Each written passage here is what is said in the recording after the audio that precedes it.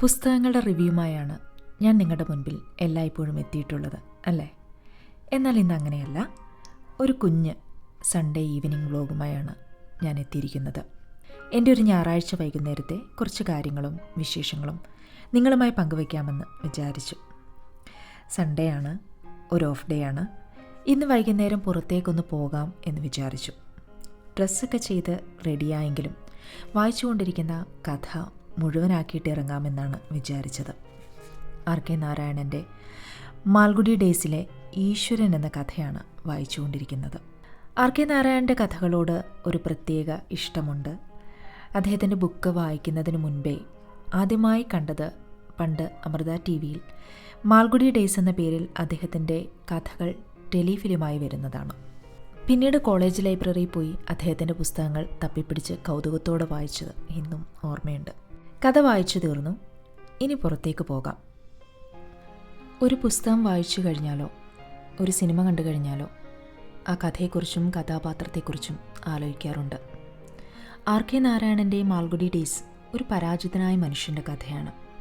നിരന്തരമായി പരീക്ഷകൾക്ക് പരാജിതനായിക്കൊണ്ടിരിക്കുന്ന ഈശ്വരൻ എന്ന ചെറുപ്പക്കാരൻ്റെ കഥ.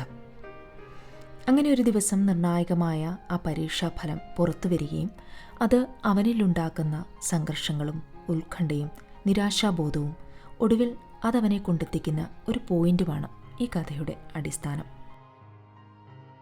ജീവിതം വളരെയധികം സങ്കീർണമാണ്. അത് അതിജീവിച്ച് നിരന്തരമായി പോരാടിക്കൊണ്ട് മാത്രമേ നമുക്ക് മുൻപോട്ട് പോകാൻ സാധിക്കുകയുള്ളൂ. ബെർണാഡ് ഷായുടെ ഈ വാക്കുകളാണ് ഇപ്പോൾ എനിക്ക് ഓർമ്മ വരുന്നത്. ജീവിക്കുക എന്നാൽ വേദനിക്കുക എന്നതാണ്. അതിജീവിക്കുക എന്നാൽ ആ വേദനയിൽ ഒരർത്ഥം കണ്ടെത്തുക എന്നുള്ളതാണ്. അങ്ങനെ ജീവിച്ചും വേദനിച്ചും അതിലുപരി ആ വേദനയിൽ ഒരർത്ഥം കണ്ടെത്തിയും നമുക്കൊക്കെ ജീവിക്കാൻ സാധിക്കട്ടെ, അല്ലേ? അങ്ങനെ ഞാനിപ്പോൾ എത്തിയിരിക്കുന്നത് ഇടപ്പള്ളിയിലുള്ള ഒരു നഴ്സറിയിലാണ്, ഭീമ ഗാർഡൻസ്. ഇടയ്ക്കൊക്കെ ഞാനിവിടെ വരാറുണ്ട്. ഇൻഡോർ പ്ലാന്റ്സൊക്കെ എനിക്ക് വളരെ ഇഷ്ടമാണ്. അപ്പോൾ ചില ചെടികളൊക്കെ വാങ്ങാനായിട്ട് ഇവിടെയാണ് വരാറുള്ളത്. ഒരുപാട് ചെടികളുണ്ട് ഇവിടെ, ഒരുപാട് വൈവിധ്യങ്ങളായ ചെടികളുണ്ട്. ഇന്നെത്തിയിരിക്കുന്നത് ഒരു അലോവേറ പ്ലാന്റ് വാങ്ങാനായിട്ടാണ്. ഒരുപാട് മെഡിസിനൽ വാല്യൂസ് ഉള്ള ഒരു പ്ലാന്റ് ആണല്ലോ. കുറേ കാലമായിട്ട് ഒരെണ്ണം വാങ്ങി നടണമെന്ന് വിചാരിക്കുന്നതാണ്. അങ്ങനെ ഹെൽത്തി ആയിട്ടുള്ള 2 പ്ലാന്റുകൾ ഞാൻ സെലക്ട് ചെയ്തു. പിന്നെ അതിനുവേണ്ടി 2 പോട്ടുകളും ആവശ്യമായിട്ടുണ്ട്. അപ്പോൾ അതും പോയി നോക്കി 2 പോട്ടുകളും എടുത്തു. ഇനി ഈ നഴ്സറിയിലുള്ള ചേട്ടൻ അത് നമുക്ക് പ്ലാന്റ് ചെയ്ത് തരും. അലോവേറ നമ്മുടെ സ്കിന്നിനും ഹെയറിനുമൊക്കെ ഒരുപാട് യൂസ്ഫുൾ ആയിട്ടുള്ള ഒരു പ്ലാന്റാണ്. വലിയ കെയറിംഗ് ഒന്നും ആവശ്യമില്ല. ഇടയ്ക്കൊക്കെ കുറച്ച് വെള്ളം ഒഴിച്ചു കൊടുത്താൽ മതിയാവും. എന്നാൽ വെള്ളം അധികമായി പോകരുത് താനും. അങ്ങനെയുള്ളൊരു പ്ലാന്റാണ്. അപ്പോൾ അത്തരം കാര്യങ്ങളൊക്കെ അവിടെ നടന്നുകൊണ്ടിരിക്കുകയാണ്. ഇതിനിടയ്ക്ക് ഞാൻ അവിടെയൊക്കെ പോയി ഒന്ന് ചുറ്റിത്തിരിഞ്ഞ് വരും. എനിക്കെന്തോ ഇവിടെ എത്തുമ്പം ഭയങ്കര സന്തോഷമാണ്.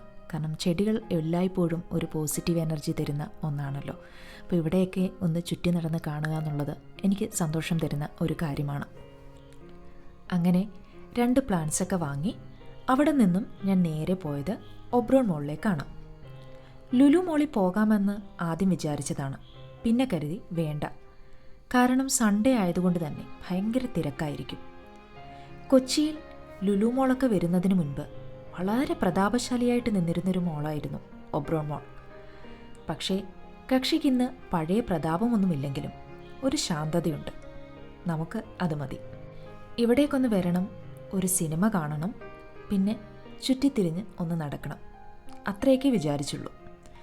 അങ്ങനെ ഇവിടെ എത്തി കാഴ്ചകളൊക്കെ കണ്ടും വിൻഡോ ഷോപ്പിംഗ് ഒക്കെ നടത്തിയും ഇങ്ങനെ നടന്നു.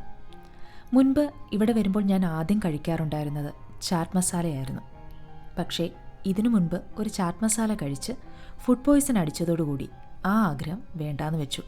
ഇപ്പോൾ അതിൻ്റെ സ്മെല്ല് കേൾക്കുന്നത് പോലും പേടിയാണ്. ഒരു കാലത്ത് രാജ്യത്ത് വലിയ വിപ്ലവം സൃഷ്ടിച്ചായിരുന്നു ഷോപ്പിംഗ് മാളുകളുടെ ഉദയം. ചെറുകിട കച്ചവട സ്ഥാപനങ്ങളിൽ ഷോപ്പിംഗ് നടത്തിയിരുന്നവർ പതിയെ മാളുകളിലേക്ക് മാറി.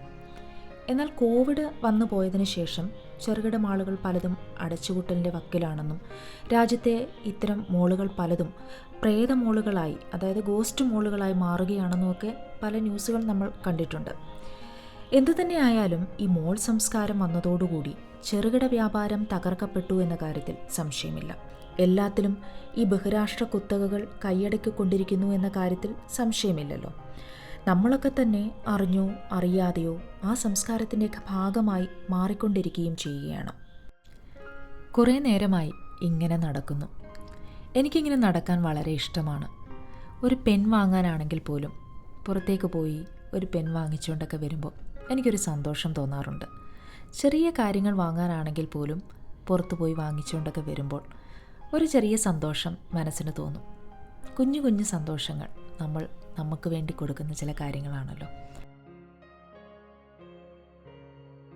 അങ്ങനെ ഇങ്ങനെ നടന്നു വന്നപ്പോൾ ബാസ്കിൻ ഐസ്ക്രീം, എങ്കിൽ പിന്നെ ഒരെണ്ണം വാങ്ങിച്ചേക്കാമെന്ന് വിചാരിച്ചു. ഐസ്ക്രീം കുറേ കാലമായിട്ട് വേണ്ടാന്ന് വിചാരിച്ച് ഒഴിവാക്കിയിരുന്നതാണ്. കാരണം ഐസ്ക്രീം എനിക്ക് വളരെ പ്രിയപ്പെട്ടതാണ്. എത്ര വേണേലും എനിക്ക് കഴിക്കാൻ പറ്റും. അതുകൊണ്ട് തന്നെ അത് കുറച്ചു കാലമായിട്ട് ഒഴിവാക്കിയിരുന്നു. എന്നാൽ ഇന്ന് തോന്നി എന്തായാലും ഒരെണ്ണം കഴിച്ചേക്കാം. ഒരുപാട് ഫ്ലേവറുകളുണ്ട്. ഒരുപാടെണ്ണം ടെസ്റ്റ് ചെയ്ത് നോക്കി അവസാനം ഒരെണ്ണം സെലക്ട് ചെയ്തു. കൊള്ളാം. ഒരുപാട് കാലം കൂടിയിരുന്ന് കഴിക്കുന്നത് കൊണ്ടായിരിക്കും നല്ല ടേസ്റ്റ് തോന്നി. ഇനി സിനിമ കാണാൻ കയറണം. പക്ഷേ സിനിമ കണ്ടു കഴിയുമ്പോഴേക്കും ഒരുപാട് വൈകും, വിശക്കാൻ ചാൻസ് ഉണ്ട്. അതുകൊണ്ട് എന്തെങ്കിലും ലൈറ്റായിട്ട് കഴിച്ചേക്കാമെന്ന് വിചാരിച്ചു.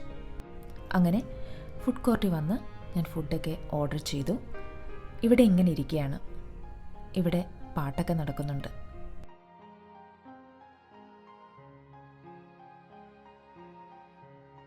രണ്ട് കുട്ടികൾ പാട്ട് പാടുന്നുണ്ട്. നല്ല പാട്ടുകളാണ്. അതൊക്കെ ഇങ്ങനെ ആസ്വദിച്ച് ഇവിടെ ഇങ്ങനെ ഇരിക്കുകയാണ്.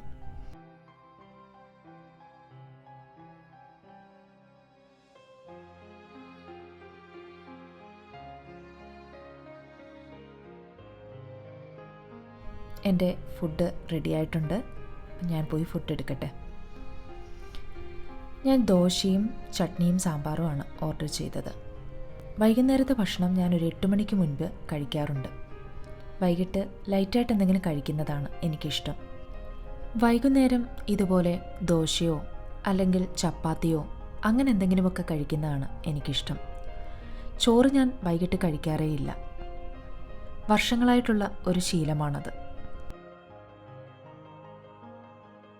അങ്ങനെ ഭക്ഷണമൊക്കെ കഴിച്ചുകൊണ്ട് ആസ്വദിച്ച് പാട്ടൊക്കെ കേട്ടുകൊണ്ട് ഇവിടെ ഇങ്ങനെ ഇരിക്കുകയാണ്. സിനിമ തുടങ്ങാൻ സമയമായി. ഇനി സിനിമ കാണാനായിട്ട് പോകാം. അതിനു മുൻപ് ടിക്കറ്റ് ബുക്ക് ചെയ്യണം. ട്വിസ്റ്റേഴ്സ് എന്ന സിനിമയാണ് കാണാൻ പോകുന്നത്. 96 ഇറങ്ങിയ സിനിമയുടെ റീമേക്കാണിത്. ആ കാലത്ത് ഏറ്റവും വലിയ വിജയമായ സിനിമകളിലൊന്നായിരുന്നു ഇത്. അങ്ങനെ സിനിമ കാണുകയാണ്.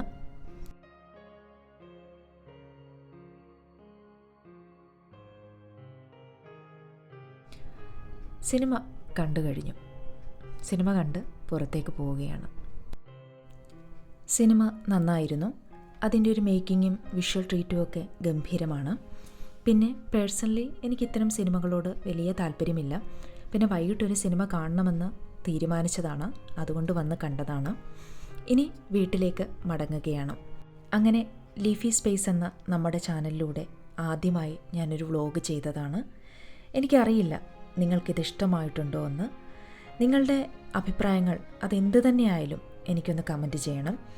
എൻ്റെ കുഞ്ഞു ലോകത്തെയും അതിൻ്റെ കാഴ്ചകളും വിശേഷങ്ങളുമൊക്കെ നിങ്ങളുമായിട്ട് പങ്കുവയ്ക്കാൻ ഞാൻ ഒരുപാട് ആഗ്രഹിക്കുന്നുണ്ട്. ഇനിയും ഇത്തരം വീഡിയോസൊക്കെ ഈ ചാനലിലൂടെ അപ്ലോഡ് ചെയ്യണമെന്നാണ് ഞാൻ ആഗ്രഹിക്കുന്നത്. അതിന് നിങ്ങളുടെ സപ്പോർട്ട് വളരെയധികം ആവശ്യമാണ്. അപ്പോൾ എന്തായാലും ഈ വീഡിയോ നിങ്ങൾക്ക് ഇഷ്ടമായി എന്ന് ഞാൻ പ്രതീക്ഷിക്കട്ടെ. മറ്റൊരു വീഡിയോയുമായി വീണ്ടും കാണാം. നന്ദി, നമസ്കാരം.